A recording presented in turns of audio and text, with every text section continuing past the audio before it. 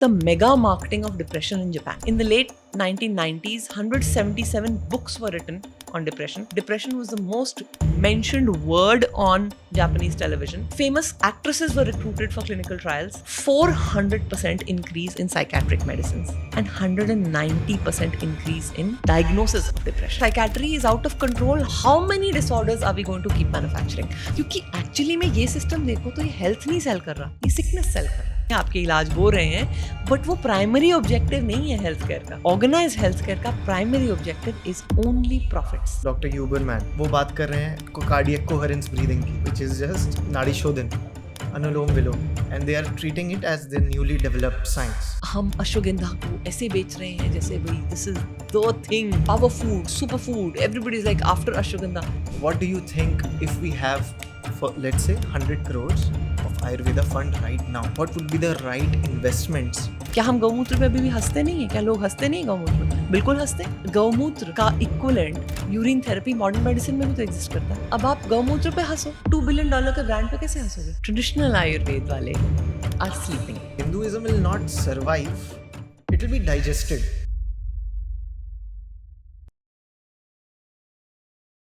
नमस्ते Anu ma'am. You have such a unique experience. आपने कई साल फार्मा में काम किया, मार्केटिंग में. Then you turn into a yogi. आपने आयुर्वेद की बात की. You also did law. So you are in a position जो हेल्थ केयर इंडस्ट्री को मल्टीपल एंगल से समझती हैं. पर्सनल लेवल पे भी आपने एक्सपीरियंस किया है चीज़ों को और सिस्टमेटिक वे में भी समझा है कि सिस्टम कैसे काम करता है. लिंक्डइन पे you are already a rock star and now hopefully you'll be on YouTube too. More and more people understand about the work you're doing. Dharma, decolonization, Ayurveda, सब चीज़ों के बारे में आज बात करेंगे. But let's start from the most important thing, जिसे next pandemic sort of कहा जा रहा है, which is depression. So कुछ stats हैं मेरे पास, which say कि 15% adults in India are depressed. Delhi में 60% people have exhibited signs of depression. और 2022 में 171,000 people have committed suicide in India, and 70 to 90% of the depression patients remain untreated or undertreated. So what is happening? What is depression? और ये शब्द कहाँ से आया? Very good question. First of all, thank you for having me here. देखिए, हम जब depression की बात करते हैं या मेंटल हेल्थ की बात करते हैं ना, we talk about it in context of the US या द वेस्टर्न मार्केट्स. हम लार्जली हम यही कहते हैं इंडिया तो जी 40 साल पीछे है, वहाँ पे तो मेंटल हेल्थ की बहुत इंपॉर्टेंस है, इंडिया पे तो मेंटल हेल्थ की कोई इंपॉर्टेंस नहीं है. हम लार्जली इसको इस कॉन्टेक्स्ट से समझते हैं. तो जो भी हमारी अंडरस्टैंडिंग है ऑफ मेंटल हेल्थ, डेफिनेशंस जो हमारी आई हैं, वो सारी इंपोर्टेड डेफिनेशंस हैं. एक तो हमें सबसे पहले ये समझना पड़ेगा. तो वहाँ देखें जहाँ से हम इसको फॉलो कर रहे हैं, जहाँ से हम ये डेफिनेशंस इंपोर्ट कर रहे हैं. तो हम कहते हैं कि जी US में तो मेंटल हेल्थ की बहुत इंपॉर्टेंस है. तो जहाँ बहुत इंपॉर्टेंस है वहाँ के लोग बहुत मेंटली हेल्दी होने चाहिए कायदे से, तो मतलब लॉजिकल कंक्लूजन है. So but statistics don't say that. Statistics tell us that in the US, जब I started working, we used to say 1 in 6 Americans takes a long-term psychotropic drug, at least one.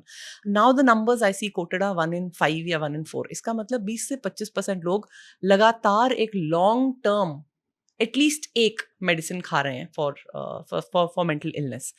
ये mental health दर्शाती है कि नहीं मुझे नहीं पता. लगभग 70% लोग in the US take some kind of a prescription drug. 10% kids have ADHD and autism के rates are shooting through the roof. 1 in 33, ये नंबर चेंज करते रहते हैं. ये कोई भी नंबर आपको मेंटल हेल्थ नहीं दर्शाता. सो दैट मीन्स ये मॉडल फेल्ड है. सो इसको जब हम इंपोर्ट करते हैं, हम वही डेफिनेशंस, हम वही चीज़ें इंपोर्ट करके उनको प्लेस कर देते हैं अपने इंडियन लैंडस्केप पे कि देखो so many people are depressed and so many people are showing signs of depression. Right. अब अगर इतना ही अच्छा वहाँ पे मेंटल हेल्थ है तो वहाँ पे ये स्टैटिस्टिक्स क्यों हैं? राइट. सो कहाँ से आप कंपेयर करना चाह रहे हैं? इंडिया में डिप्रेशन बढ़ रहा है या इंडिया में मेंटल हेल्थ पे इतना अहमियत नहीं है, कहाँ पर है? सबसे पहले तो हम ये देखें. राइट. तो अगर हम इन्हीं आंकड़ों को अगर मैं रिवर्स करके आपको बताऊं, I don't look at it from a consumer perspective या पेशेंट पर्सपेक्टिव जैसे हम आम लोगों की बात करें. If we look at it from a share holder / investor perspective, तो वो कहेंगे इन्हीं नंबर्स को देख के कि 1 in 5 people on a long term psychotropic drug. A market growing at 2 to 4%, आप और कितने लोगों को दवाइयाँ खिला देंगे? So the market is saturated. इसी मेंटल हेल्थ मार्केट को हम यूएस मेंटल हेल्थ मार्केट को हम कहेंगे ये सैचुरेटेड मार्केट है, ओके। राइट? तो सैचुरेटेड का मतलब आप और वहां दवाइयां नहीं बेच सकते.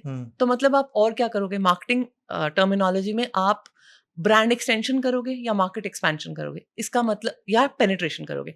इसका मतलब जो एक इंसान ऑलरेडी एक दवाई खा रहा है, आपको उसको 2 3 4 5 दवाइयां देनी पड़ेंगी, which gives the rise to polypharmacy, जो यूएस में बहुत कॉमन है. लोग 2 3 5 10 ड्रग्स तक एक एक इंसान ले रहा है. डिप्रेशन के साथ एंग्जाइटी भी है, बाइपोलर भी है, पीटीएसडी भी है, जो भी है. इन डेफिनेशंस पर मैं आऊंगी, राइट? अब वो उसकी भी एक लिमिट है.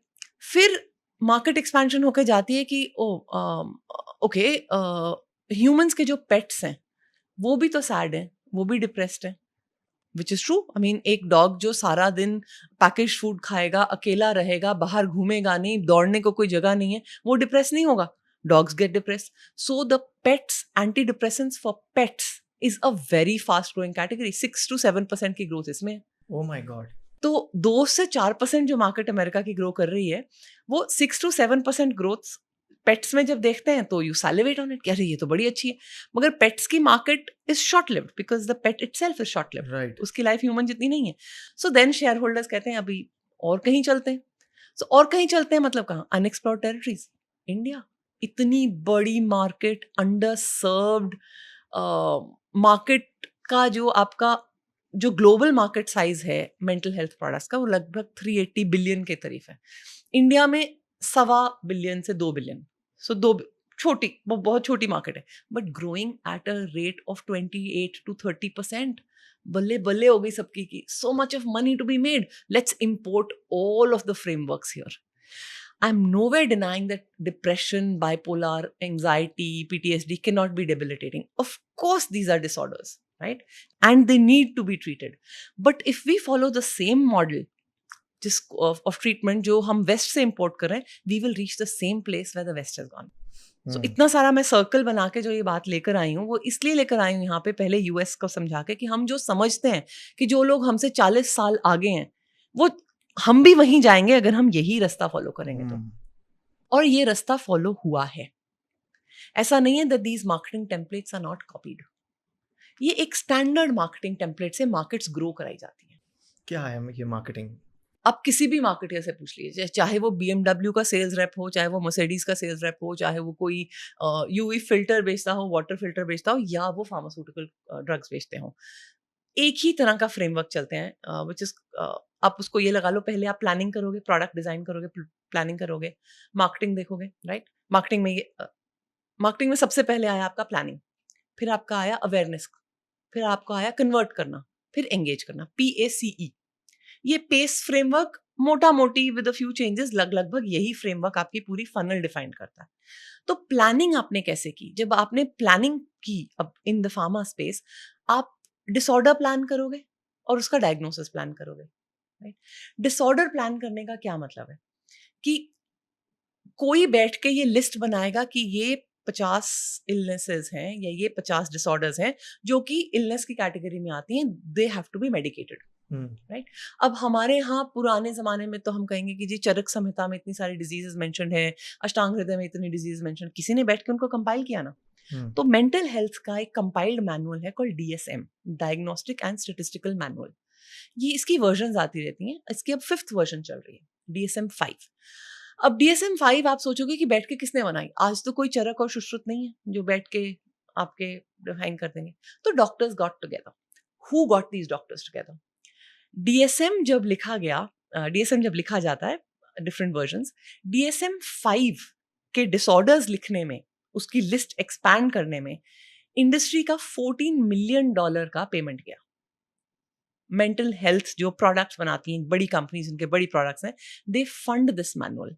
तो प्लानिंग स्टेज में आपके लिस्ट फार्मा से आ गई. मतलब कॉन्फ्लिक्ट ऑफ इंटरेस्ट इस इंडस्ट्री में भर भर करे. I will give you so many examples of. तो पहला तो आपका डेफिनेशन पे ही कॉन्फ्लिक्ट ऑफ इंटरेस्ट हो गया कि आपकी डेफिनेशंस जो बना रहा है वो इंडस्ट्री बना रहा है, राइट? दूसरा, डायग्नोसिस कैसे हो रहा है? डायग्नोसिस का भी जो डेफिनेशन दे रहे हैं वो भी इंडस्ट्री दे रही है. क्योंकि डायग्नोसिस कैसे होता है? एक कागज पे एक PHQ-9 and GAD-7. दो क्वेश्चनर्स हैं, one for depression and second for anxiety, both funded by Pfizer. क्योंकि उस जमाने में जब ये बने थे क्वेश्चनर्स, तो Pfizer was the big mental health. Pfizer was probably one of the first to come up with Prozac and big blockbuster medicines, right? So उन्होंने ही बनाए. अब प्लानिंग स्टेज पे everything is funded by pharma. ठीक है. PACE में ए पर आते हैं अब अवेयरनेस जनरेशन. अब आपको लोगों को अवेयर करना है, राइट? अब हर इंडस्ट्री में आप लोगों को अवेयर करते हो कि देखो आपका पानी गंदा है, आप इसको साफ कर लो. देखो आपकी हवा दूषित है, आप एयर प्योरीफायर खरीद लो. तो इस इंडस्ट्री में आप क्या कहोगे? आप कहोगे कहीं आप सैड तो नहीं हो, कि आज आपका मूड खराब तो नहीं है ना? Of course. And the PHQ-9 में, PHQ-9 को 9 क्यों कहते हैं? उसमें सिर्फ 9 सवाल है. अच्छा. राइट. अब उसमें आप बंदे से सवाल पूछोगे, आपकी कैटेगरीज क्या है? आप ह्यूमन से सवाल पूछोगे. अगर उसके पेट को डायग्नोज कर रहे हो तो उसके ओनर से सवाल पूछोगे. अगर आप ये कैटेगरी को बच्चों में ले गए तो आप उनके पेरेंट्स से सवाल पूछोगे या उनके टीचर से सवाल पूछोगे, राइट? PTA मीटिंग्स में जाओगे. सो वो आपका बन गया एक सिस्टम कि आपने अवेयरनेस किस में जनरेट करनी है. आपने इन लोगों में अवेयरनेस जनरेट करनी है using the same PHQ-9 questionnaire, जो एक क्वेश्चनर है जो डिप्रेशन के लिए बनाया गया है, एंड GAD-7 जो एंजाइटी के लिए बनाया गया है, राइट? अब आप इसको कहाँ कहाँ लेके जाते हो? In the 80s they would put it in magazines, they would put it in newspapers. US में billboards होते थे. Now we are living in digital marketing world. So आपकी जितनी टेली हेल्थ आई, आपकी एप्स आई जो अब आ रही हैं, वेबसाइट्स, उन पे आप ये क्वेश्चनर्स प्लग इन करोगे. एंड क्वेश्चनर्स आर मतलब beautifully done, AB tested for the right colours, right choice of words, you know. पीछे बहुत डार्क ग्लूमी ये दिखाएंगे. आप किसी से डिप्रेशन का क्वेश्चन पूछ रहे हो, आप किसी पे क्वेश्चनर एडमिनिस्टर कर रहे हो, तो पीछे कभी सूरज उगता हुआ नहीं दिखाएंगे. दे प्रॉपर्ली टेस्टेड टू, मतलब फील आती है उनको देख के, राइट? सही music, right? So again I am saying, ऐसा नहीं है कि depression is not a disorder या एंजाइटी या bipolar is not a disorder, but उसकी market awareness is a marketing tactic. तो उसको हर जगह आप प्लग इन करोगे. And now you have retargeted ads. आपने एक बार आप वहां पे गए नहीं तो you keep seeing that again. अब जब आपकी अवेयरनेस बन गई तो आपको कन्वर्ट करना है, PACE, कन्वर्ट करना है. कन्वर्जन में the thing is you push the guy into a doctor's chamber, you know, you go to a doctor's chamber. And US में क्या होता है, जितनी आप फंडिंग डॉक्टर्स को देते हो एंड जो कमीशन जाती हैं, दे आर रिपोर्टेड पर अ सनशाइन एक्ट, जिसमें डॉक्टर्स ने जितना कमीशन लिया है from drug companies, that has to be reported. India में हमारे पास ऐसा कोई लॉ नहीं है. सो वी डोंट नो कि कंपनीज डॉक्टर्स को कितना पैसा खिला रही है या नहीं खिला रही, प्रिस्क्रिप्शन कैसे जा रहा है. इंडिया में we have no data and we don't know, so I don't want to comment. But US में बहुत तरीके से आपको प्रॉपर्ली लिखा हुआ आता है, राइट? सो ऐसा कोई एग्जाम्पल आप बता सकते हैं कि जो लोगों को दिमाग में तुरंत क्लिक करे कि हाँ, ये इस तरीके से अवेयरनेस में हमारे लाया गया है? बहुत चीजें, इनफैक्ट इस पे बहुत स्टडी हुई है. एक जेंटलमैन है कॉल्ड ईथन वाटर्स. उन्होंने एक किताब लिखी, globalisation of American psyche, crazy like us. तो उन्होंने कहा कि जो ये crazy like us in the sense, जो ये American definitions of depression and anxiety हैं, they have been rolled out to the rest of the world. इस किताब में इन्होंने 4 केस स्टडीज लिखी हैं. One is about the mega marketing of depression in Japan. Then it's about, I think, PTSD in one other country, post traumatic stress syndrome, और एक anorexia की marketing in Hong Kong. चौथा मैं भूल गई. Right? तो जो mega marketing in depression in Japan है, वो यही का यही पूरा आपका PACE फ्रेमवर्क है ना. आपने प्लानिंग करी, आपने अवेयरनेस क्रिएट करी, कन्वर्ट किया, बाद में एंगेज किया कस्टमर्स को, right? Customers then come to rebuy. तो ये पूरा फ्रेमवर्क जब जापानीज मार्केट में पूरा कॉपी पेस्ट हुआ in the late 1990s, 177 books were written on depression. Depression was the most mentioned word on Japanese television. It was marketed and TV serials बने उसके ऊपर. Depressed लोगों को दिखाने के लिए famous actresses were recruited for clinical trials. You know, हर जगह ये playbook का part है. Famous people, famous actresses come and say, oh, I was depressed and I had this and I had that, which rings a bell everywhere, right? ये हर country में होता है. This playbook is copied everywhere. और the result of that, 400% increase in psychiatric medicines after this marketing was over. So between 1998 and 2008, 400% increase, 140% increase in clinics diagnosing depression, and 190% increase in diagnosis of depression. My God. ये market नहीं खड़ी करी तो क्या खड़ा किया? तो एक बार जब ये अवेयरनेस वहाँ पे, अब जैसे लोगों को समझ आ गया ये केस स्टडीज है proper, so is the government tackling it, या फिर is it still on going, चल रहा है अभी भी वहाँ पे डिप्रेशन के कैंपेन्स? सो अभी इंडिया में I am talking of year 2001-2, अभी इतने ज़्यादा मेंटल हेल्थ प्रोडक्ट्स की बात नहीं हुई थी. People use to sell cardiac medicine, cardiovascular, statins more. तो हमारी स्टैटिन्स डिवीजन बड़ी, मतलब हमारी कंपनी में बहुत गंगो थे. हाँ, हम कि बहुत अच्छा काम कर रहे हैं, बहुत अच्छी सेल्स ला रहे हैं, स्टैटिन्स बेच रहे हैं. Statins are the cholesterol reducing medicine. फिर जैसे जैसे मेंटल हेल्थ प्रोडक्ट्स का थोड़ा आना शुरू हुआ, लोगों ने वहाँ पे शिफ्ट करना शुरू किया. ट्रांसफर सीख करें, ट्रांसफर्स हुई भी. It was like wow, this is such an easy market to sell. यहाँ पे कोई ब्लड टेस्ट नहीं है, यहाँ पे कोई आपको चीज नहीं करनी, सिर्फ ये क्वेश्चनर्स फ्लोट आउट करने हैं and sales happen. And these are repetitive sales because these products are very addictive, right? So एक बार आपने मार्केटिंग शुरू कर दी and people get addicted, the whole idea is to get populations hooked. Right. Then it's very easy to taper off. अब US में taper off clinics आ गई हैं because people can't get off these medications just like that. So tapering off clinics is the next big boom in US, जहाँ पे वो आपको सिखाते हैं कि इससे इन मेंटल हेल्थ दवाइयों से हटना कैसे है. ओह, वहाँ पे क्या होता है, क्या करते हैं? So ये लेटेस्ट शुरू हुआ है यूएस में, where doctors only, again psychiatrist, guide you की मेडिसिन की डोसेज रिड्यूस कैसे करनी है, उसको कैसे एडमिनिस्टर करना है, किस तरह से करना है. It's a proper business now. So पहले हुक ऑन करना was the business and now taper off करना is the new because thing. The market has saturated. Yes. What is happening in India? तो we would be naive to think कि यही playbook India में नहीं play out करेगी. जब Japan में it has seen so much of success, why will it not play out in India? And इसमें एक किताब लिखी है एक जर्नलिस्ट ने called Robert Whitaker. He wrote a book called mad in America, looking at this whole mental health, how it has been abused by pharma companies, right? So उसमें उन्होंने mad in America को खाली किताब नहीं बना दिया, उन्होंने इसको मूवमेंट बना दिया. that let's really get going with this. तो वहां पे जो है एक रिवर्स मूवमेंट शुरू हुई है वेरी वेरी रिसेंटली, एक रिवर्स, क्योंकि see at the end of the day marketing is ruthless, but कहीं ना कहीं कोई डॉक्टर्स, जर्नलिस्ट, साइकेट्रिस्ट तो होते हैं जिनका ज़मीर होता है, कॉन्शियस होती है, ईमान जागता है कि हम ये कर क्या रहे हैं. ट्रू. तो जहां जहां आपको लग रहा है कि क्या वो क्लिनिकल ट्रायल्स वैलिड थी भी जिनके बेसिस पे आपने लोगों को दवाइयों पे डाला. So then these people have gone ahead and found holes in the clinical trials. They found holes in the claims that companies make, and now they are claiming that can we find other ways to treat mental health if not chemical drugs. So एक और gamut of services इकट्ठा हुआ. So एक इसमें ना एक आपको, since I've seen your videos, एक आपको इसमें एक interesting चीज लगेगी कि look at Japan. Japan was a very Buddhist country, and Japan has naturally, since times immemorial, had a very high suicide rate. If people were committing suicide because of depression, when these mental health drugs came, suicide rates should have fallen down. But यही बता रहे हैं अपनी इस किताब में कि there was no linkage found between increase in depression diagnosis and reduction of suicide rates. कोई linkage नहीं find हुई. Japanese government set up separate suicide prevention cells. तब जाके वो थोड़े से suicide numbers नीचे आए. But to say that these drugs did any impact, क्या वो कोई impact लेकर आई? ज़्यादा नहीं. ये documented case studies हैं, कोई मैं अपने दिमाग से नहीं बोल रही. Okay. So I want to understand India में क्या हो रहा है. ये इम्पोर्ट जो हो रही हैं स्टडीज, इनको काउंटर करने के लिए क्या किया जा रहा है?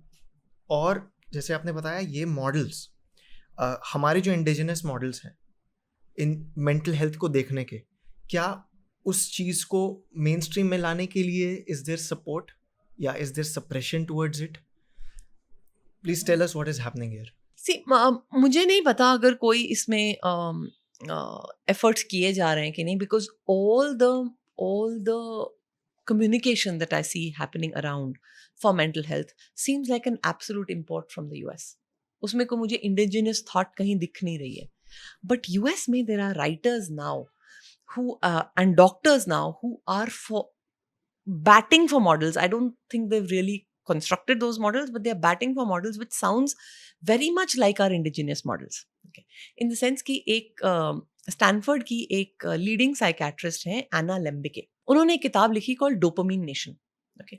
Dopamine nation is that mental health की ये कॉर्नरस्टोन है ना कि डोपामीन एंड सेरोटोनिन वी डिस्टर्प्ट, ये जब सिस्टम्स डिस्टर्प्ट हो जाते हैं तब हम केमिकल इम्बैलेंस आता है एंड उससे हमारा सारा ये मेंटल हेल्थ का चैलेंज शुरू होता है, राइट. अब डोपामीन शी सेज कि we are so used to giving ourselves these dopamine kicks that when the brain doesn't get that dopamine kicks वो डिप्रेस हो जाता है. You know, in the sense that food gives us dopamine kicks, flirting, texting, shopping, alcohol, sugar highs, you know, ये सारे हमें dopamine kicks देते हैं. Promotions, you know, doing whatever gives us that instant hit. ना? She says that the brain में she says कि जहाँ पे ये सेंटर है जो ब्रेन का, if we keep shifting between dopamine up and dopamine down, the brain gets tired out. And she has identified that as a cause of a lot of mental health challenges. And उसका solution वो क्या बताती हैं? उसका solution वो ये बताती हैं कि ना अपने ब्रेन को बहुत ज़्यादा डोपामीन किक दो, ना बहुत ज़्यादा नीचे आओ. तो ना खुशी में बहुत ज़्यादा खुश हो, ना दुख में बहुत ज़्यादा दुखी हो. एंड ऐसे ये पूरी किताब जो मैंने पढ़ी ना, मैंने इस पे एक वीडियो भी बनाया था. ऐसे ये तो सुख दुख समय कृत्वा लाभा लाभो जय जय, कृष्ण जी ने आधे श्लोक में बता दिया हमें. और ये पूरा मॉडल बनाया हुआ है उन्होंने. हाँ. और उनकी पूरी जो वर्क है उनका वो इस पे हिंज कर रहा है. बट इमेजिन अगर यही वर्क किसी इंडियन के थ्रू आया होता, हम उसको एक्सेप्ट करते? हम कभी नहीं उसको एक्सेप्ट करते. जस्ट बिकॉज उनका नाम सही है, उनका स्किन कलर सही है, हम एना लेम्बिके जी ने लिखा है तो हम उसको एक्सेप्ट कर लेते हैं. And we hail it as wow, breakthrough work, dopamine nation, इतनी अच्छी किताब मानी जा रही है. एंड जब हम कहते हैं सुख दुख समय कृत्वा लाभा लाभो जय जय, again I am not saying that treatment जरूरी नहीं है, बट क्या सिर्फ पेट्रोकेमिकल ड्रग्स ही ट्रीटमेंट है? This the thought leaders should answer ना, इन द सेंस कि अगर हम देख रहे हैं कि हम किधर जा रहे हैं, उधर जाने के लिए रोकना भी तो हमारे थॉट लीडर्स का ही काम है ना. So I was watching this Joe Rogan podcast the other day. पुरानी podcast का booklet था. And this guy came and said कि oldest manuscript written in this world is Rig Veda. And it's from the West. Oh wow, really? Yeah. And जो आपने अभी बोला ना कि कैसे उसको बड़े सटल वे में वाइट लेबल करके किसी चीज़ को रिपब्लिश किया जा रहा है और then claiming it as their own. Like ठीक है, वो जैसे बोला जाता ना कि जो सत्य होता है वो फ्लूइड होता है, वो अपना रास्ता ढूंढ लेता है. जो पैशनेट होता है उसके लिए वो वहाँ तक पहुँच जाता है.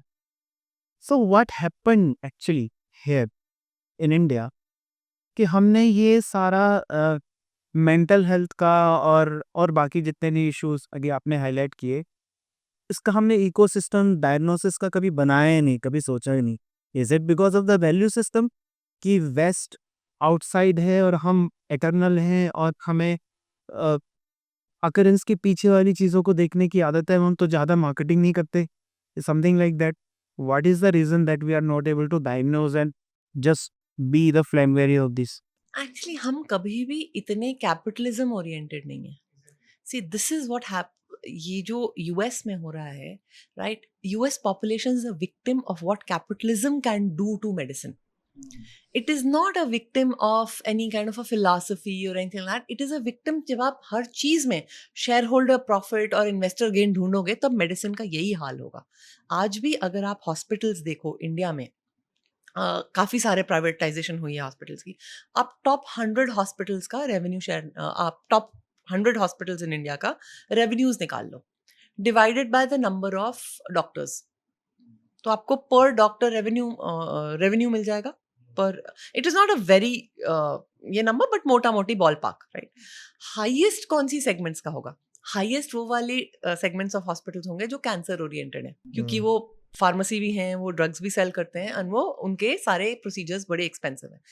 जो लोएस्ट होगा वो हॉस्पिटल्स जो कि सीजनल स्क्रैचेस, हम वहाँ गए, खांसी जुकाम हो गया, जो वो भी कर रहे हैं, चीप दवाइयाँ सस्ती वो भी कर रहे हैं, पर डॉक्टर रेवेन्यू उनका सबसे कम होगा. बट दैट मीन्स क्या उन बीमारियों का इलाज नहीं करना चाहिए हमें? जब सब कुछ द फैक्ट बीइंग जब हम सब कुछ ही मनी ड्रिवन बना देंगे तो हमारा पूरा सिस्टम मनी ड्रिवन बन जाएगा. अब डिप्रेशन का डायग्नोसिस करने में एक फार्मा कंपनी क्यों मनी इन्वेस्ट कर रही है? PHQ-9 GAD-7 क्यों बनाए हैं फाइजर ने? क्योंकि उनसे रिटर्न आ रही है. वही के वही क्वेश्चन आपकी हर जगह प्लग इन हो रहे हैं. Then they go back to Congress and say कि आप Congress is the parliament there, right? Then they go back to their सरकार एंड से आप इन क्वेश्चनर्स को अप्रूव कर दो फॉर टेली हेल्थ, आप इनको अप्रूव कर दो for websites, which is actually taking out the doctor also. Then all that you need, the doctor, is just to give a supplementary diagnosis along with that questionnaire, just to complete it.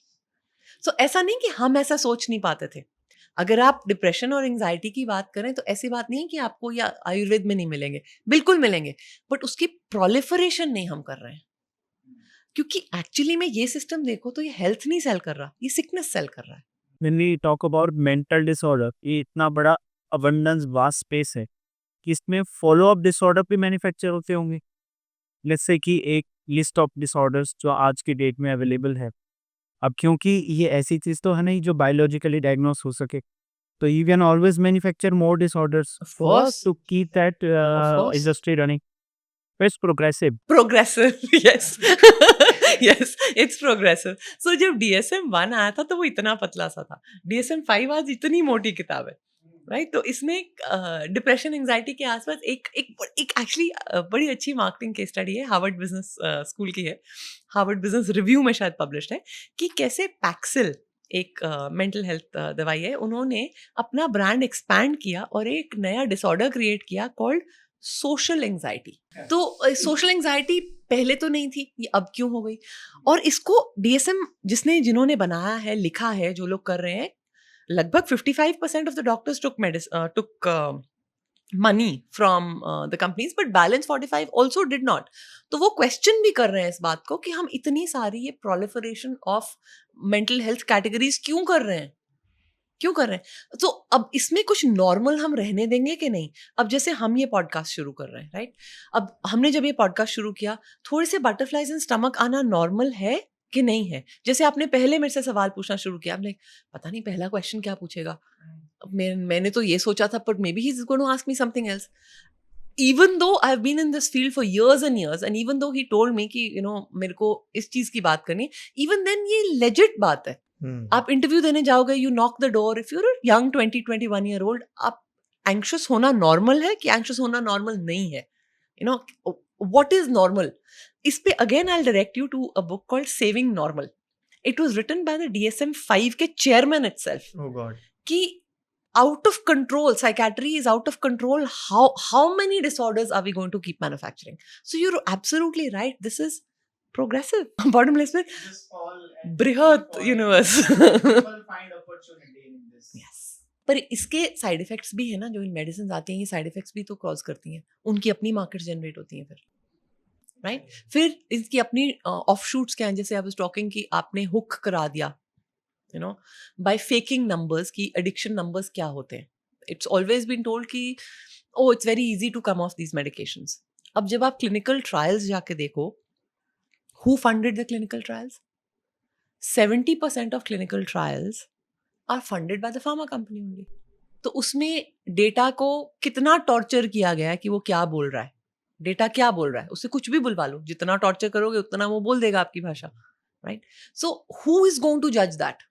Are there independent doctors who are going to judge that? But a lot of this clinical trial raw data available ही नहीं होता है.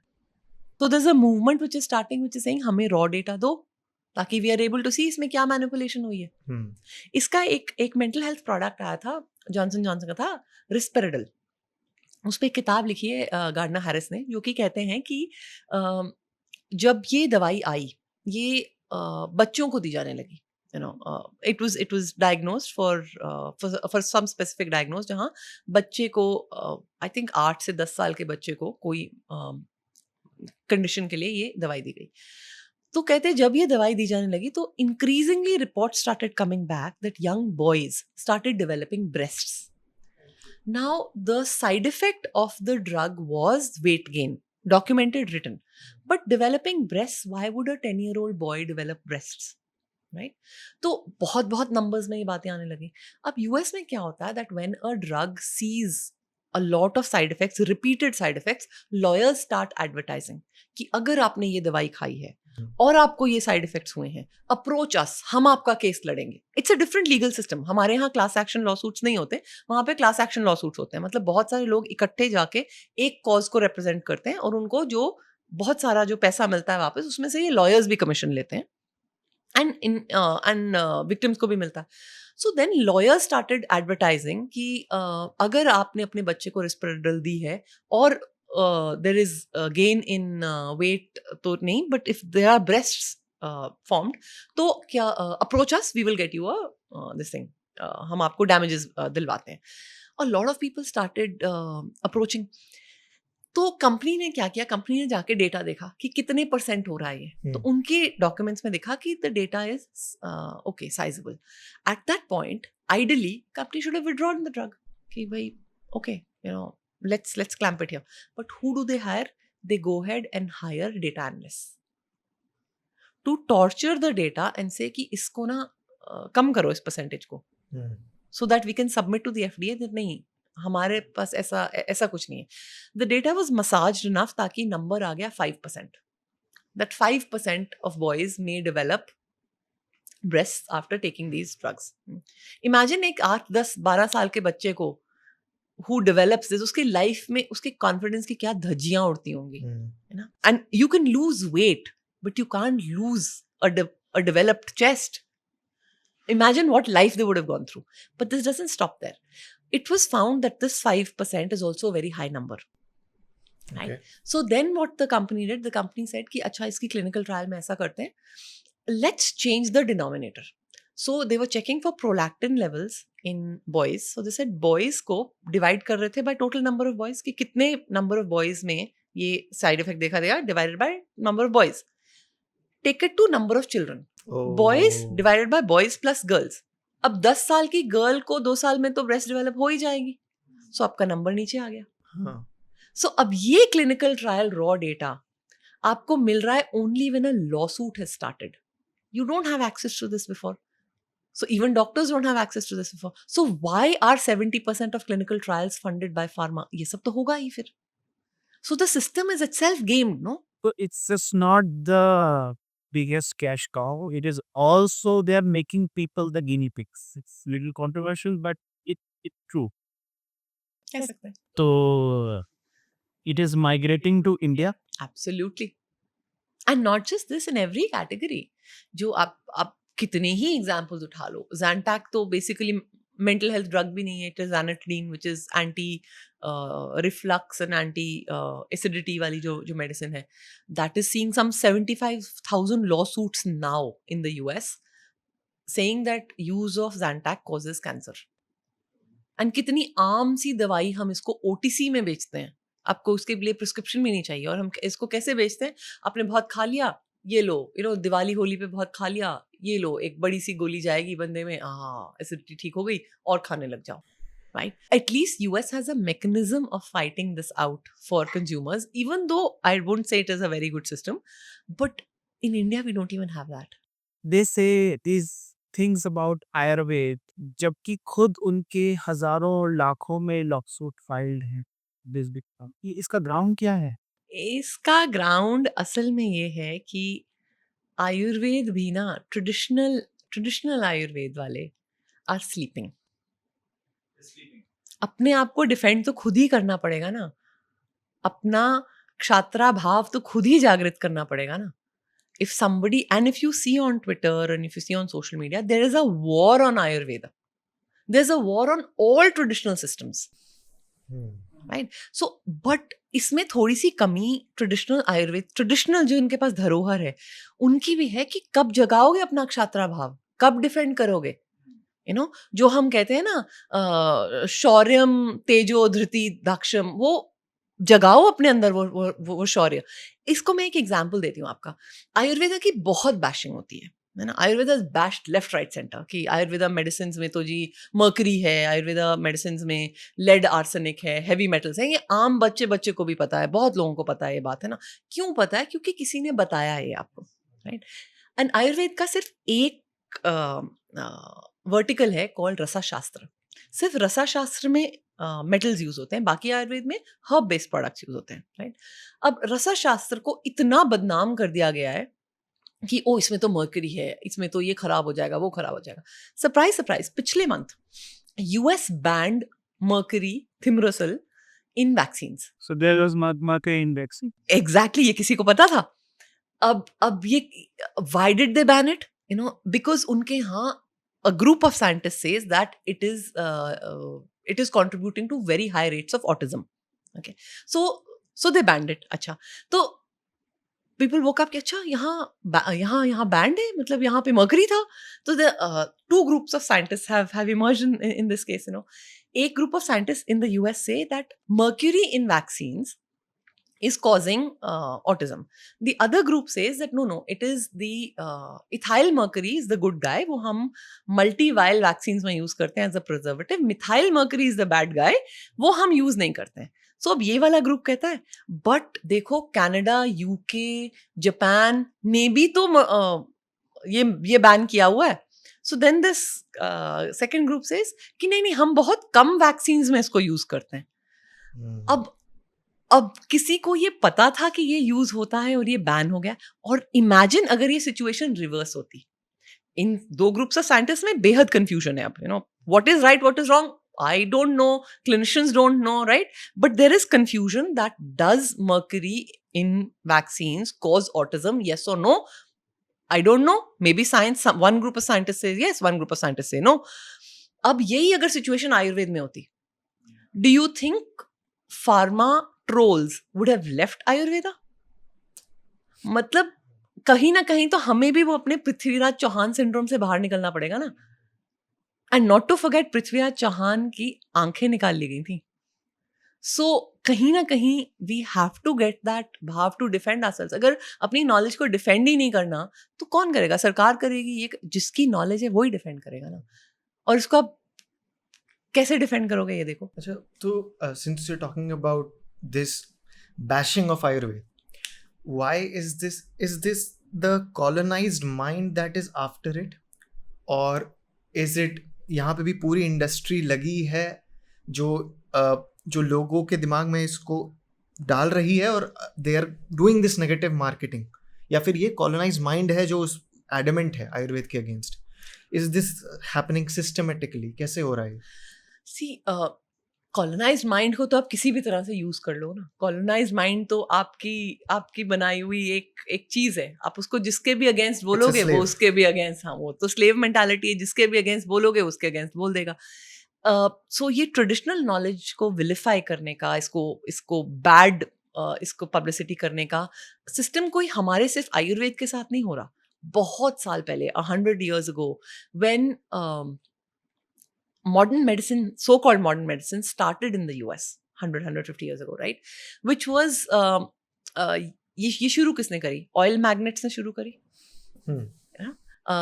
These oil magnates जिन्होंने oil की trading करते थे, and then they realise कि अच्छा, इसके जो पेट्रोकेमिकल ड्रग्स बनाई जा सकती हैं, इसमें से पेट्रोकेमिकल वेस्ट प्रोडक्ट से आप पेट्रोकेमिकल ड्रग्स बना सकते हो which are super cheap, and आप उनको पेटेंट कर सकते हो, राइट? और नेचुरल प्रोडक्ट्स को आप पेटेंट नहीं कर सकते, इनको पेटेंट करके you can make lots of money, right? So then this whole thing started even in the US, that vilification of natural cures started in the US similarly.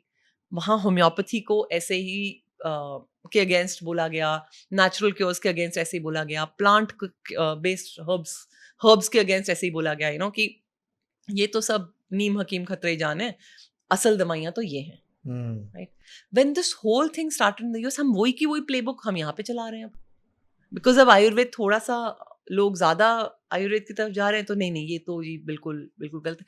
Playbook has not changed. More than vilifying, digestion भी बहुत सारा दिखता है। For example, कुछ दिन पहले हमने भी वीडियो बनाई थी, हाउ डॉक्टर ह्यूबरमैन वो बात कर रहे हैं कार्डियक कोहेरेंस ब्रीदिंग की, which is just नाड़ी शोधन, अनुलोम विलोम, and they're also talking about many such things जो कि उन्होंने नाम बदल दिया, sources नहीं दिए, and they are treating it as the newly developed science.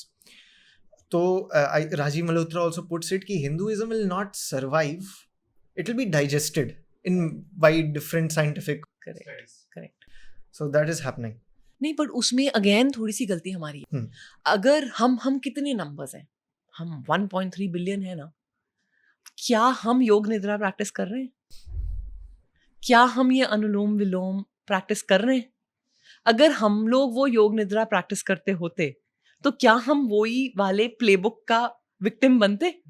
Doctor Andrew Huberman का सबसे बड़ा जो है वो योग निद्रा को उन्होंने रीब्रांड किया इनटू हाँ, non deep sleep, non rest deep, I forget the name, उन्होंने एक उसको बड़ा कॉम्प्लिकेटेड सा नाम दिया, राइट? अच्छा, and he has completely delinked it with yoga nidra. okay.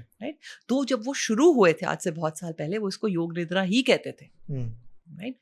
उन्होंने अपने सारे पॉडकास्ट फिर बाद में चेंज किए, अपने सारे कम्युनिकेशन चेंज किया, oh, and he started calling it by a completely different name, and I think now he has a trademark also on that name and all that. really? तो अगर हम उसको चैलेंज करना चाहें तो कर देंगे, बट द पॉइंट इज आप ये सब बचा के किसके लिए ला रहे हो? प्रैक्टिस करने वाला भी तो होना चाहिए. Correct. Now you can be a non practising Catholic, but you can not be a non practising धार्मिक person. No, Hmm, you can be a non practising Christian, you can not be a non practising yogi. हमारा तो way of life ही है. अगर आप way of life में आपको खाना पचाना नहीं आ रहा है, आपको सोना नहीं आ रहा है, आपको योग निद्रा करनी नहीं आ रही है, सांस लेना नहीं आ रहा है, तो कहाँ की प्रैक्टिस है ये? hmm, एक जो है जो आपकी जो काया जो स्ट्रांग है, वो तो फर्स्ट प्रॉमिस ऑफ धर्म है ना. hmm. पहला सुख निरोग काया ही है ना. तो अगर धर्म का पहला सुख ही नहीं अनुभव कर रहे तो बैठना कैसे है साधना करने के लिए, कहीं और जाने के लिए? इसमें थोड़ा सा फिर हमारी मार्केटिंग की भी गलती है कि अब जैसे जहाँ तक मुझे पता है बिहार स्कूल ऑफ योग में जो स्वामी उनके जो फाउंडर थे, ही हैड स्टार्टेड योग निद्रा की प्रैक्टिस उन्होंने सबसे पहले दी. एम आई राइट? योग निद्रा की प्रैक्टिस तो पुरानी है, पर उन्होंने इस पे बहुत किताबें लिखी. अच्छा, बट मेन स्ट्रीम में योग निद्रा अगर अभी हम सर्च करें, आई थिंक उनके साथ ही एसोसिएट. उनके साथ एसोसिएटेड है, but we find videos of Shri Shri Ravishankar. उनकी जो योग निद्रा की 20-22 मिनट की वीडियो है, बस वही अवेलेबल है. जब योग निद्रा के 100 साल हुए थे, बिहार स्कूल ऑफ योग के 100 साल हुए थे, तब उन्होंने सेलिब्रेट किया था उस चीज़ को, बट दे सेलिब्रेटेड इन अपने में सेलिब्रेट किया. They not even on social media. So if you go on their website, वहाँ पे उनको आपको कॉर्नर में दिखेगा. यानी हमने भी मार्केटिंग पे काम नहीं किया इन चीज़ों पे. Correct. And that is why people don't know about it, they don't know the benefits and following that template. Incidentally, my mother's from the Bihar School of Yoga. From in the sense that उनके teacher उस lineage के थे, Oh. right? So I was initially trained in Bihar School of Yoga lineage, and then now of course I went to Mysore style Ashtanga Yoga later. अब ये Bihar school of योग में हमने सब कुछ सीखा था, जहाँ उनकी क्रिया जो भी वो सिखा रहे हैं, षटकर्म, सारा कुछ उन्होंने सिखाया था. बट आप ये देखो, मुंगेर पहुंचना कैसे है, और मुंगेर में जाके क्या हमें वहां रहने की जगह मिलेगी, क्या कहेगी, ये कम्युनिकेशन ही इतना मुश्किल हुआ कि मैं आज तक कभी मुंगेर गई नहीं. मैंने So, अप्लाई आपकी किया बात सही है. मैंने अप्लाई किया, मुझे आया वहाँ से रिप्लाई, बट अगेन वो 2 months का कमिटमेंट है. You have to write them a letter and then email comes after 5 months 6 Yes, months. It's a yes. Very lengthy process. It's a very lengthy process. Correct. So हाँ, हम ये कहीं ना कहीं बताना शायद लोगों को भी चूक गए कि देखो इसमें कितनी वैल्यू है, बट अब जब वैल्यू दिख रही है तो अब उसको वो वेस्ट से आ रहा सारा कुछ. योग भी इंडिया में कितना पॉपुलर है, ऑफ कोर्स मोदी जी के आने के बाद ट्रू. बिल्कुल ही ज्यादा पॉपुलर हुआ है, बट उससे पहले पॉपुलर जब होना शुरू हुआ था तो तब हुआ जब वेस्टर्नर्स को योगा करते देखा. एंड आज से बहुत साल पहले जब मैं मैसूर जाती थी अपने गुरु के पास योगा करने, आई थिंक इंडियन स्टूडेंट्स हम 4 ही होते थे शायद क्लास में, बाकी सारे western students. Same is in the case Shivanand आश्रम उत्तरकाशी में, जहाँ मेरा भाई गया था, वहाँ पे भी मोस्टली वेस्ट से आए हुए थे लोग, बाहर से आए थे. आप अयंगर योगाशाला जाते आज से 20 साल पहले Pune, you would hardly see any Indians there. एक दूसरी बात भी है, उन्होंने किसी ने भी ज्यादा इनकरेज भी नहीं किया आने के लिए, because it was thought that Indians उतना परसिवियर नहीं करते. That is what my teacher used to say. I don't know it is right और wrong, but they used to say कि परसिवियर नहीं करते, डिसिप्लिन नहीं है ज्यादा. अब आई don't know that is true और नॉट ट्रू, शायद ट्रू है. तो क्या जो हमारा एक वेस्टर्न मेडिसिन के इंट्रोडक्शन के बाद वो उस टाइमलाइन में जब भी हुआ पैटर्न बन गया है कि हम बीमार होने के बाद अपने आप को ठीक करना शुरू करते हैं. Ayurveda is beyond that. Prevention is better than cure वाली थियरी को हमेशा से हम फॉलो करते आए हैं. तो जो डिप्रेशन का पीक हम देखते हैं वेस्टर्न वर्ल्ड में, हमारे यहाँ वो पीक नहीं आया. उसका कारण ये था कि वो इंग्रेव्ड है सब्लिमिनली हमारी लाइफस्टाइल में अब तक आयुर्वेदा के रूप में, जो कि हमारे ग्रैंड पेरेंट्स से उनकी उनके खान-पान में, उनके एक्सपेरिएंस से हमारे पास ट्रांसफ़र हुआ है एंड इसीलिए शायद हमारे पास उसकी वैल्यू नहीं। May be this is the reason. May be because अभी भी तो वेस्टर्न साइंटिस्ट यही कह रहे हैं ना that the gut brain connection, the mind body connection कि जी जैसा आप खाते हैं उस हिसाब से आपका ब्रेन काम करता है, राइट? और हम तो ये कहते ही आए हैं जैसा आहार वैसा विहार, मतलब ये तो हमारा हमारा सिस्टम है ही। Now increasingly science is realising that 60-70% of the serotonin जिसके लिए पूरी ये मेडिसिन चल रही हैं, it is manufactured in the gut and not in the brain. So if it is manufactured in the gut, then if you're eating right, does that mean that you will be right? Maybe yes. जो पेट categories में growth हो रही है of anti depressants, वो भी तो यहीं से ही हो रही है ना कि the poor pets are being given package dog food and they are not seeing sunlight because उनके जो ओनर्स हैं वो चले जाते हैं सुबह नौकरी पे, शाम को वापस आते हैं, उनको घुमाने के लिए टाइम नहीं है, और डॉग वॉकर्स अलग से आते हैं, सो उनका बॉन्डिंग नहीं। I mean dog is suppose to be faithful, suppose to be loving, but कोई होना तो चाहिए ना सारा दिन टू लव, राइट? जब बॉन्ड ही नहीं कुछ बना तो poor dog also got depress. So if you see, I see a lot of similarities between humans and the dog mental health category, identical हैं दोनों। तो what we are doing to ourselves, maybe we are doing the same thing to the animals, and maybe we can learn. कुछ दिन पहले राहुल देवान जी से बात हो रही थी. He mentioned that we need an Ayurveda fund. He's doing a Hindu fund. No, I saw that. He mentioned an Ayurveda fund. Now, what do you think if we have, for let's say, 100 crores of Ayurveda fund right now? What would be the right investments? Would it be in the law? Would it be in marketing? Or would it be in research and development? कहाँ पे सबसे ज़्यादा काम चाहिए और कैसे इसको division करेंगे? Incidentally, ये मैंने सुना था this at the स्वराज्य conclave, है ना, कि they were talking about it. I think more than the money part, like I said, first we need to build that confidence, that kshatriya bhav to defend our knowledge. वो जो defending of knowledge है ना, वो necessarily money से नहीं है, वो आज की डेट में थोड़ा क्लेवर यूज ऑफ बुद्धि से आप अपने टर्फ को डिफेंड करना सिखाना है पहले लोगों को। जो बच्चे जा रहे हैं आयुर्वेदा कॉलेजेस में, वो वाले बच्चे जा रहे हैं जो जिनको और कहीं एडमिशन नहीं मिलता, राइट? जो नीट में सबसे नीचे आते हैं, है ना, MBBS चला गया, फिजियोथेरेपी चले गया, सारे चले गए, बचा हुआ है तो अब चलो हम आयुर्वेद में चले जाते हैं। Then their whole life they want to see कि oh can we get to practise and can we get to prescribe western medicine. Now ये जो मिक्सोलॉजी वाला कॉन्सेप्ट है, ये कहीं ना कहीं से आ भी तो यहाँ से ही रहा है ना। So at the end of the day, craft में pride, colonisation has finished off the pride that you have in your craft ना, कि हाँ हम बेहतर हैं या हम बेहतर नहीं हैं। हमें तो गौमूत्र पे ही इतना ब्लास्ट कर दिया जाता है नो कि ओ यू आर सुपरस्टिशियस। सारा the whole of communication is about putting natural and Ayurveda and any kind of traditional knowledge, not just Ayurveda, but all traditional knowledge is down.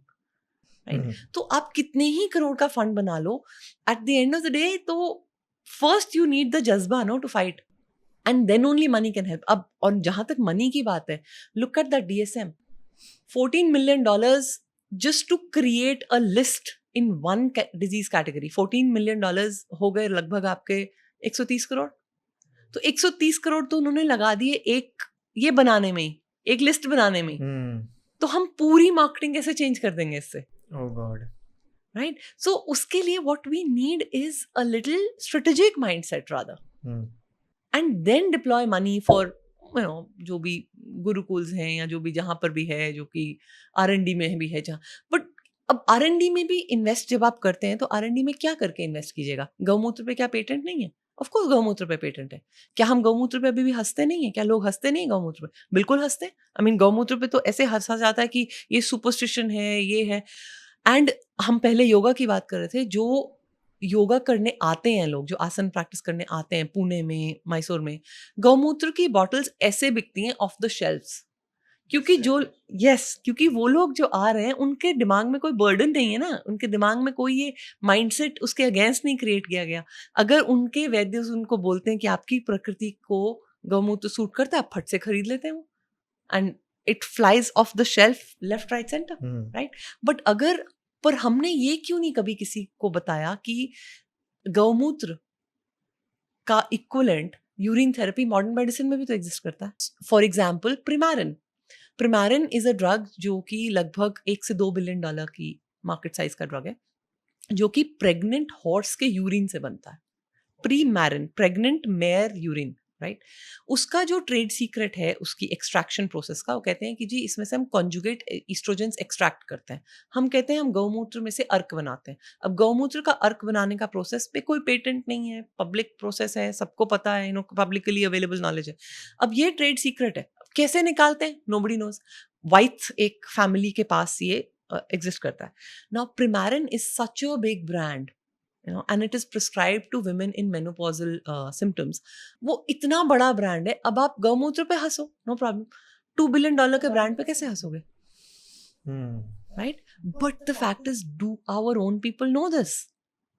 Do we tell this to our students जो कि like oh हम तो गौमूत्र के लिए बदनाम है. ये जो हम अपने आप को संकुचित करके छोटा होके बैठने की हमारी आदत पड़ गई है, कि ओ कोई भी कुछ हम पे उंगली उठा रहा है तो this must be bad. Another example, urokinase एक दवाई है जो बनती है, जो 1950s में बननी शुरू हुई थी फ्रॉम ह्यूमन यूरिन को आपने सिंथेसाइज किया, उससे यूरोकिनेस बनाए जो कि कार्डियोवैस्कुलर कंडीशंस में यूज होती है, राइट. एंड उसको बाद में आपने उसका एक्सट्रैक्शन प्रोसेस चेंज हुआ, but initially it was from human urine. तो गौमूत्र को बदनाम करने वाले ये 2-4 बिलियन डॉलर की प्रोडक्ट में तो नहीं हंसते ना. तो ये नॉलेज हम कभी काउंटर क्यों नहीं कर सकते? Eight the end of the day knowledge is की. कभी इन्वेस्टिगेट भी नहीं करते हैं हम कि क्या है गौमूत्र, है क्या, ऐसा क्या है उसमें that it helps cure so many diseases, कहाँ कहाँ उसका यूजेज हो रहा है. So maybe now we can learn more about it. क्या है गौमूत्र में ऐसा which has been use ever since और अभी भी इसको इतना पॉपुलरली यूज किया जाता है? ये इसका करेक्ट यूसेज कैसे होता है वो तो कोई आयुर्वेद वैद्य ही बता पाएंगे. कि किस कंडीशन में यूज होता है, किसको यूज करना चाहिए, किसको नहीं करना चाहिए. Nothing in Ayurveda is a mass application, है ना. आयुर्वेद में बहुत ही सिस्टम डिफाइंड है कि कहाँ यूज होना है, उसको एक्सट्रैक्शन का भी प्रोसेस क्या है, वो सब कुछ बहुत बहुत वेल डिफाइंड है. बट इस पे कितने सारे पेटेंट्स हैं. तो जो पेटेंट्स जिसने फाइल किए उन्होंने किन्हीं क्लेम्स के लिए तो करे हैं ना. ऐसे ही हम पहले मर्करी की बात कर रहे थे. अब आचार्य बिमलेंदु प्रकाश ने यूज ऑफ मर्करी पे कितने सारे पेटेंट्स फाइल किए हुए हैं, राइट. तो जब हम कह रहे हैं कि थिम्रोसिल / इथाइल मर्करी जो वैक्सीन्स में यूज हो रहा है वो सेफ है, तो यहाँ पे भी तो there is a process of safely using mercury. तो हम उसको क्यों बदनाम कर रहे हैं? I think at some level in all of the traditional sciences and all of the traditional knowledge, हम कहीं ना कहीं एक तरह से पूर्व पक्ष करना भूल गए हैं. हम भूल गए हैं कि जो आपके सामने बैठे हैं उन्होंने शायद आपके शास्त्रों को आपसे ज्यादा अच्छी तरह पढ़ा है, but with a bad intention. But आपने उनके सिस्टम्स को ना पढ़ा है ना पढ़ाया है. अपने सिस्टम्स को अगर पढ़ा भी है तो दूसरे के सिस्टम्स को, जिन्होंने गौमूत्र पढ़ा है उनको ये नहीं पता कि यूरोकिनेस और प्रिमारिन दोनों ही come from one human urine and second horse urine. तो जब आपको सोशल मीडिया पे बैश किया जाता है फॉर गौमूत्र, counter no. And I also want to know कि एज अ जनरल इंडियन या फिर एज अ चाइल्ड जो स्कूलिंग सिस्टम में अभी पढ़ के निकल रहा है, वी सॉ फूड फार्मर. आपने देखा होगा कि कैसे ये started this whole movement of sugar boards. School में शुगर बोर्ड्स लगा रहे हैं. What are those things that every child must also learn about our traditional practice and medicines जो बचपन से ही वो सीखना शुरू कर सकते हैं, so that they don't fall into this trap of always going to medicines? I think यहाँ ज़्यादा बड़ा रोल शायद पेरेंटिंग का भी है, because children don't do what they are told, children do what they see. So, and we are living in a country जहाँ पे I think some 100 biryanis are ordered every minute. Right. तो आप बच्चों को सिखाओगे कि भाई आप शुगर ना यूज़ करो, and on the same app इतनी सारी biryanis are being ordered in urban India amongst the educated people. So बहुत डाइकोटमी नहीं है ये. तो at the end of the day एक चीज याद रखना हेल्थ केयर में बहुत जरूरी है, that see health care knows it's a business, shareholders know it's for profitability, the insurance sector knows that वो वहाँ इंश्योरेंस के लिए, government treats it like an industry, right? Everybody is there for their commissions and cuts. Only the individual thinks कि नहीं ये मेरी health के लिए बैठे हैं. Yes, आपकी हेल्थ ठीक हो रही है, उसमें आपके इलाज हो रहे हैं, बट वो प्राइमरी ऑब्जेक्टिव नहीं है हेल्थ केयर का. ऑर्गेनाइज हेल्थ केयर का primary objective is only profits, nothing else. ये थॉट दिमाग से बैनिश कर दीजिए. आपके मम्मी पापा, आपके परिवार वालों को आपकी हेल्थ की चिंता है और आपको चिंता है, उसके बाहर और किसी को नहीं है. उसके बाहर everybody is out to make money from your condition. I think सबसे पहले तो ये बात सीखने वाली है. आयुर्वेद की जो बैशिंग होती है उसका एक शायद ये कारण भी है कि there are so many companies that are coming up जो आयुर्वेदिक प्रोडक्ट्स बेच रहे हैं.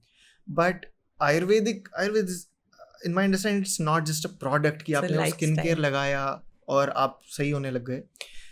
So it is about a lifestyle, but how would we actually define Ayurveda? See, जो D2C ब्रांड्स हैं जो अब आयुर्वेद को सेल कर रहे हैं, they are not very different from the pharma playbook. Okay. They are roughly the same. But ये हाँ ठीक है कि यहाँ पे we say okay Zantac causes cancer and 70-80 हज़ार केसेस हैं उनके ऊपर, या Ozempic पे अब 2 बिलियन वर्थ के लॉसूट्स ऑलरेडी चढ़ गए हैं. अभी तो बहुत नई मेडिसिन है, राइट? बट इतना लेवल ऑफ डैमेज शायद नहीं होता. अगर आप कोई करेला एक्स्ट्रा खा लो या juice extra P low, but long term में तो होएगा ही ना. It's not that long term में अब आयुर्वेद की जो फिलॉसफी है वो कहती है कि पित्त प्रकृति को अश्वगंधा शायद नहीं खाना चाहिए. सम वैद्यास विल से दिस बिकॉज वो पित्त को इंक्रीज करता है, मतलब अश्वगंधा खाने से आपको रिफ्लक्स हो सकता है, राइट? Okay. बट हम अश्वगंधा को ऐसे बेच रहे हैं जैसे भाई this is the thing, power food, super food, everybody is like after ashwagandha. It is never supposed to be like that. It is personalised medication. It is a personalised diagnosis. Now the west is moving towards a personalised diagnosis and we are moving towards a mass prescription with Ayurveda. So कहीं ना कहीं तो वो D2C आपकी आयुर्वेद की धरोहर को नुकसान पहुंचाएगा ही ना. एंड दैट्स व्हाई आई से कि जहाँ ट्रेडिशनल लोग हैं, जिनके पास ट्रेडिशनल धरोहर है इस नॉलेज की, they need to wake up. I don't know if that directly answers your question और not, but somewhere there. Understood. अभी तो my concern is कि I need to educate myself on health. I need to understand healthcare systems better, my body better. So what would you recommend? Like मुझे अपने बारे में जानना, समझना और बेहतर होना है. How does a layman start? See, from a layman perspective, I would say that start from a basic rudimentary understanding of Ayurveda and Yoga, जो कि आपकी माइंड बॉडी वर्क डिसिप्लिन है ना. कि जैसे कहते हैं ना, क्या खाएं और क्यों, हमारी जो सारी सिस्टम है, हमारी जो सारी पद्धति है, वो पंच महाभूत पे टिकी हुई है ना. तो पंच महाभूत वात पित्त कफ बनाते हैं. वो वात पित्त कफ हमारी बॉडी में है. अब वेस्टर्न मेडिसिन इसके ऊपर हंसेगी, but at the end of the day this is the personalisation that we have, है ना. एक बार आप अपनी बॉडी को समझने लग जाते हैं, आपको बिल्कुल समझ में आने लग जाता है कि अच्छा this thing gives me reflux and this thing doesn't work for me and that thing doesn't work for me. So start from a very rudimentary basic understanding of Ayurveda. उसके काफी सारे कोर्सेज भी अवेलेबल हैं. One of the books that I really like is जो आचार्य बालकृष्ण ने लिखी है, जो पतंजलि के साथ है ना. सो हम बाबा रामदेव को तो कितना ही बदनाम कर लें, but that book is a very good book. So start with that. वो आपको एक बेसिक अंडरस्टैंडिंग देती है ऑफ द बॉडी एंड आपको एक बेसिक अंडरस्टैंडिंग देती है ऑफ फूड, कि जो प्रॉपर्टीज आप में हैं वो ही फूड में भी हैं, राइट? तो अगर आपका पित्त हाई है तब आपको पित्त रिड्यूसिंग फूड्स खाने हैं, right? So for somebody like me, coffee is very bad. However much I say, okay, I like coffee, okay, but coffee for me is very bad. So I will wait for a cold winter morning to have coffee. अब ये समझ तो खुद से आनी पड़ेगी, right? And take these small courses on Ayurveda and Yoga. And the beauty of these systems is the moment you start on this path, automatically एक learning develop होती है. एक awareness develop होती है कि ये मेरे को सूट कर रहा है, ये मेरे को सूट नहीं कर रहा. Otherwise most people would come back and say, पता नहीं मैंने क्या खा लिया, मुझे इतनी सारी एसिडिटी हो गई, oh I will pop a antacid. That is coming from an absolute lack of understanding of your own system and lack of understanding of the food also, कि आपने क्या खाया, right? तो थोड़ा समझ में आने लग जाती है. 50-60% समझ में आ गया, you are more or less okay. Right, you are more or less okay. But उसके बाद आप when you have to seek for solutions, I mean भगवान ना करे कोई डिजीज आती है, seek a solution first from an Ayurveda person, seek a solution also from a modern medicine person, compare both of them. The idea is that आप अपनी health के खुद जिम्मेवार बनेंगे ना, राइट. तब as a customer you know कि आपको कहाँ कहाँ जाके शॉपिंग करनी है. जब दूसरे सिस्टम्स आपको कस्टमर बना रहे हैं तो बनो फिर कस्टमर के जैसा ही बिहेव करो, फिर 4 जगह जाके ही आप अपनी पद्धति चूज करो. छोटी सी छोटी चीजें खरीदने में भी people go to 4 shops, दाम देखते हैं, क्वालिटी देखते हैं, and then they buy. So why not for health? Why not for Why health? not क्यों परेशान हो जाए तुरंत and just seek for solution? Calmly look at your own systems and others and then go further. And मेरे ख्याल से body काफी time भी देती है. ऐसा नहीं है कि कोई एक चीज इंस्टेंटली मैनिफेस्ट हो जाती है. The body gives you a lot of time लगता है समझने में. ऑफ कोर्स ऐसा नहीं कह सकते कि अचानक से कुछ नहीं होता, अचानक वाली डिजीजेस भी आती हैं, राइट. कहीं कुछ गिर गए या कहीं कुछ इमरजेंसी हो गई तो you have to seek the emergency help of allopathy, and at that point of time petro drugs work so well. But for things like digestion, you know, खाना ही चेंज कर दो.